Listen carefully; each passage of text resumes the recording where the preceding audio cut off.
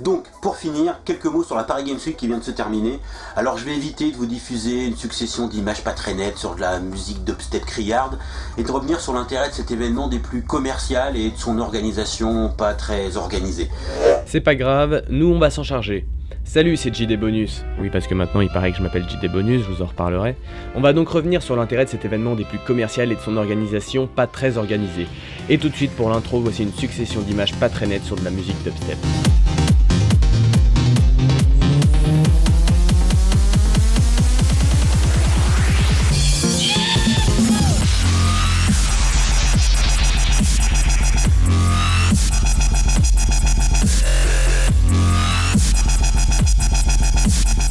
Paris Games Week by Coca-Cola Zero en est donc à sa 4e édition. Elle est organisée par le CEL, le syndicat des éditeurs de logiciels de loisirs.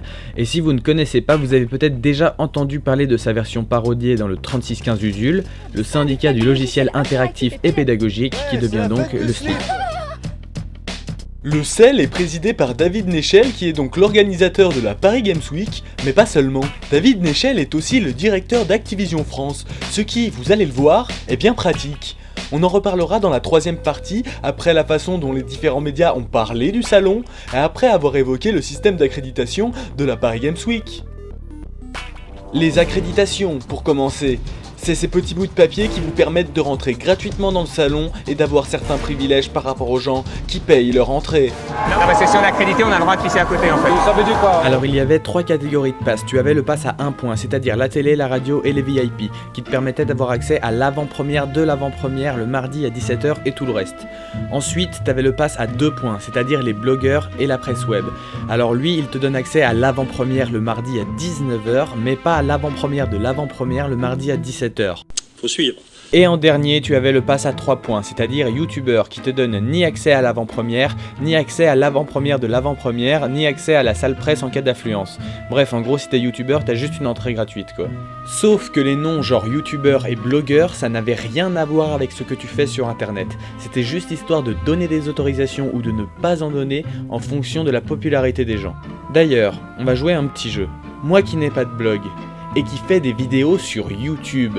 À votre avis, je suis blogueur ou youtubeur ?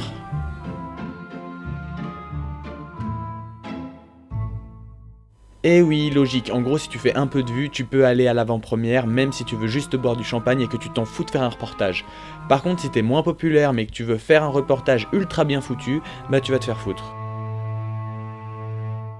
En tout cas, si vous étiez accrédité, vous faisiez spammer votre boîte mail avec des newsletters, des dossiers de presse, à un tel point qu'on pourrait faire un article de 20 pages sans se déplacer sur le salon, et c'est gagnant-gagnant pour les journalistes qui veulent glander, et pour la Paris Games Week qui peut choisir ce que la presse dira du salon. Le système d'accréditation était tout pourri, il était pourtant écrit « Votre badge sera exigé pour toute entrée et sortie, ainsi qu'une pièce d'identité ». Tu parles, ils n'ont pas vérifié une seule carte d'identité, donc avec une seule accréditation, vous pouviez faire rentrer des gens en imprimant le PDF plusieurs fois.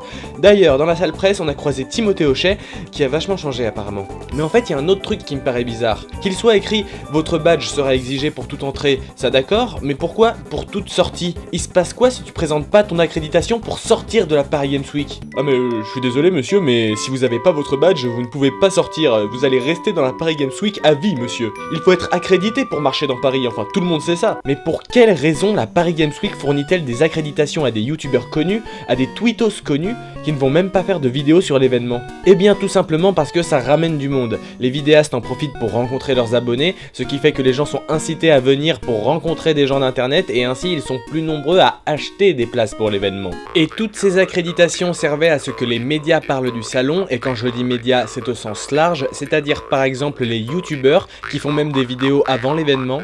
Eh bien je serai à la Paris Games Week 2013. Et donc je vous avais promis une rencontre abonnée. Oui, il y aura une rencontre abonnée pendant 5 jours. Et soyez présents, ça me ferait très plaisir. Et donc surtout soyez présents et venez vraiment me voir, ça me ferait vraiment plaisir. C'est typiquement le genre de vidéo que les organisateurs du salon adorent puisqu'ils génèrent des entrées. Et une fois que c'est terminé, il y a de nouvelles vidéos avec de la musique, quelques stands et... Regardez, je suis connu, je prends plein de photos. Je prends plein de photos parce que je suis connu.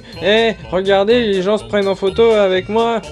Il y a aussi des youtubeurs qui cette fois ne sont pas accrédités mais qui en parlent pour dire qu'ils ne viendront pas. Seras-tu présent à la Paris Games Week en novembre prochain? Non, je déteste ça. Sur le web, il y a aussi eu la presse écrite qui a parlé de l'incident Call of Duty notamment, sur lequel on reviendra. Certains sites ont d'ailleurs utilisé ma vidéo, dont plusieurs qui pensent que je m'appelle JD Bonus. Non mais sans déconner, vous imaginez un mec sur YouTube qui ferait que des vidéos bonus? Il y a aussi les journaux télévisés qui traitent toujours les jeux vidéo avec beaucoup de professionnalisme. Il y a par exemple France 2. Les regards sont fébriles. Déjà là, les regards fébriles, tu sens qu'ils sont partis pour un bon reportage de merde quoi.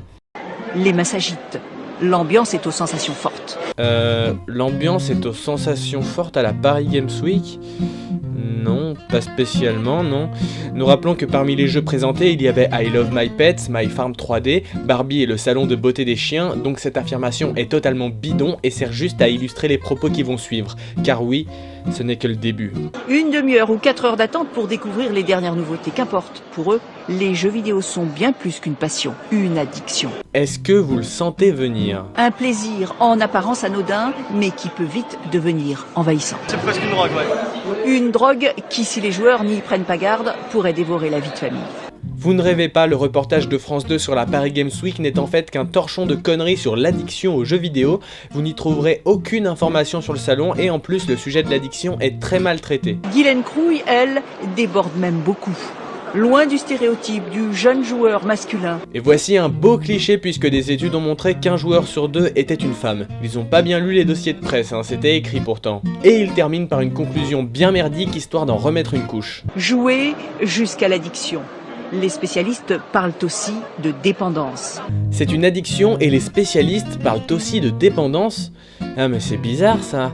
Allons voir la définition d'une addiction. Addiction. Dépendance à une drogue, une activité ou une structure sociale. En gros, France 2 a simplement fait une tournure de phrase différente pour dire exactement la même chose, puisque le mot addiction est en fait un synonyme de la dépendance. Et bien sûr, il ne pouvait pas finir sans un jeu de mots bien beauf. Dans ces cas-là, game over.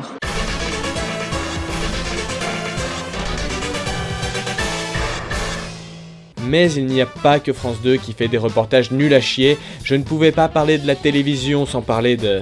Et sachez que parmi tous les jeux présentés, beaucoup sont destinés à toute la famille. Reportage de Fabrice Collaro et Jean-Philippe Eckett, ainsi que Régis Roinet. Ils ont rythmé l'histoire du jeu vidéo depuis 30 ans. Mario, Luigi, Donkey Kong et tous les personnages fétiches de Nintendo sont de retour dans Super Mario 3D World, une nouvelle aventure disponible pour les fêtes de Noël. Attendez une seconde, je crois avoir entendu quelque chose d'étrange. Mario, Luigi, Donkey Kong et tous les personnages fétiches de Nintendo sont de retour dans Super Mario 3D World. Alors, on va commencer par définir les personnages fétiches de Nintendo. Mario, Luigi, Zelda, Link, Pikachu...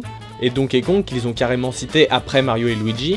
Et parmi tous ces personnages qui sont censés, selon TF1, être dans Super Mario 3D World, il n'y en a en fait que 2 qui sont dans le jeu.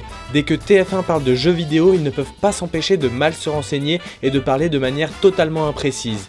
Ces gens sont payés à raconter de la merde alors que leur métier à la base c'est quand même de chercher et de délivrer une information de qualité. Pour ceux qui ne connaissent pas trop Nintendo, c'est comme si je vous disais Harry, Ron, Bugs Bunny, Daffy Duck, Batman, Scooby-Doo et tous les personnages fétiches de Warner Bros sont dans le prochain film Harry Potter. Bref, je vous passe le milieu du reportage qui est vide et sans aucune information pour se concentrer sur la fin. Enfin, voici un nouveau concept avec les Invisimals, des cartes à collectionner qui prennent vie à l'écran quand on les montre à la caméra de la console. On appelle cette technologie la réalité augmentée. Donc on va juste réécouter le début de cette phrase. Voici un nouveau concept avec les Invisimals. Vous avez bien entendu, il s'agit d'un nouveau concept qui s'appelle les Invisimals. Un petit tour sur Wikipédia nous rappelle que ce nouveau concept est sorti le 13 novembre 2009, c'est-à-dire il y a plus de 4 ans. Merci TF1 pour ce travail journalistique toujours aussi soigné. Et ironie du sort, après le reportage, on a le droit à ce petit commentaire du présentateur. Faut suivre. Bah ouais, faut suivre mon coco, surtout pour vous, parce que si vous nous présentez des trucs d'il y a 4 ans comme de nouveaux concepts, c'est que vous suivez pas très bien. Les journaux télévisés ont en revanche été assez peu nombreux à parler des incidents qu'ont généré la distribution gratuite de 500 packs Prestige Call of Duty Ghosts.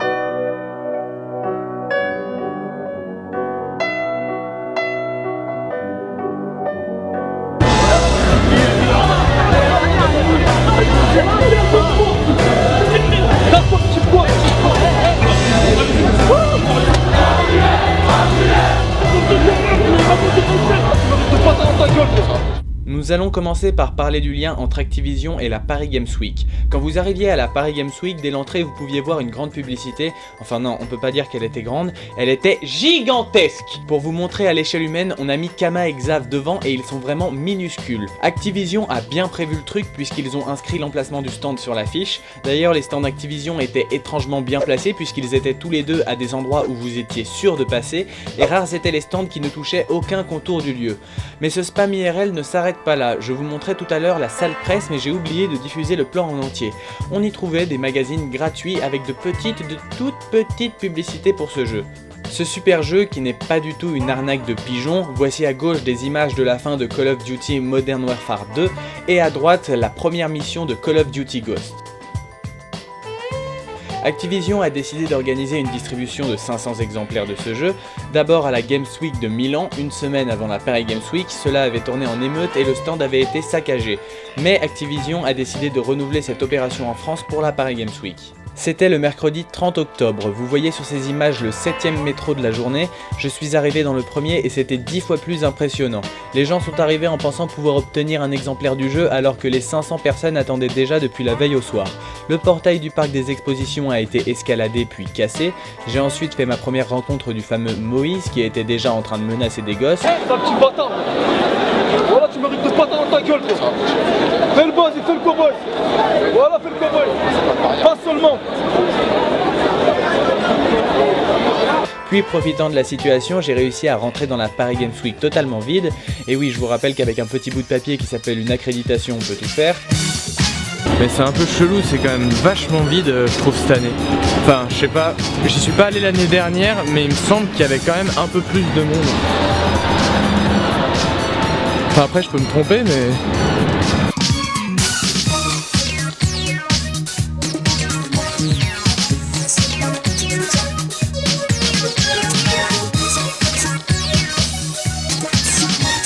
J'ai pu filmer à peu près tout ce que je voulais sauf un stand. Cyprien ? Vous avez l'autorisation, vous êtes rentré par où? Je sais pas parce que moi je surveille ce stand, il m'a pas dit qu'on pouvait prendre des photos, je peux pas. Vous pouvez revenir après 9h, c'est mieux, comme ça vous demandez directement au gars s'il est d'accord. Il est surveillé, vous voyez, alors après... Bref, les gens à l'extérieur ont commencé à forcer les portes, puis dès l'entrée ce fut le bordel. Je n'ai pas souhaité filmer certaines choses par respect pour les personnes concernées, mais il y a eu des blessés, des pleurs, les pompiers, la police. Mais ça tombe bien car c'est exactement l'image qu'Activision attendait de cet événement. Quoi de mieux comme publicité pour un jeu que de dire « Eh regardez, notre jeu est tellement cool que les gens se battent pour l'obtenir. Vous aussi, procurez-vous-le vite !» Mais le plus étonnant, c'est le communiqué de presse de la Paris Games Week qui se fout ouvertement de notre gueule avec marqué « Nous ne déplorons aucun blessé ni dégâts ».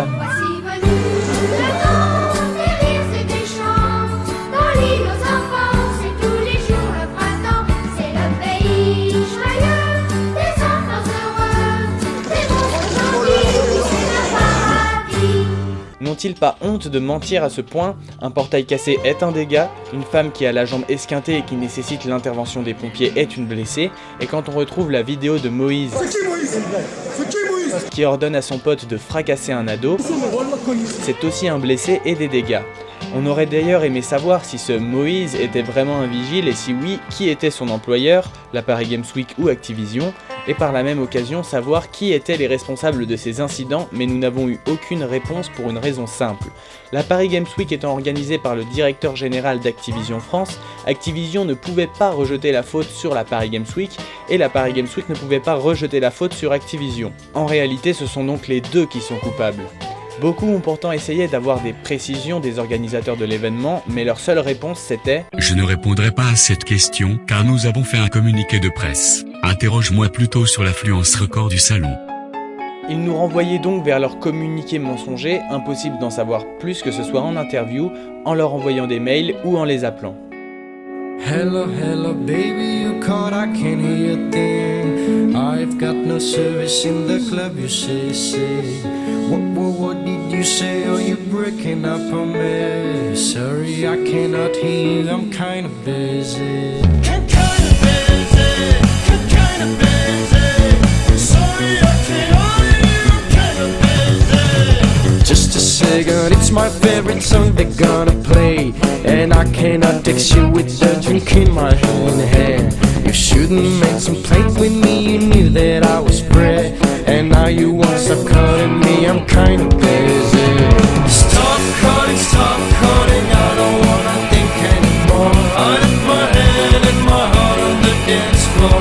Stop calling, I don't wanna talk anymore. I left my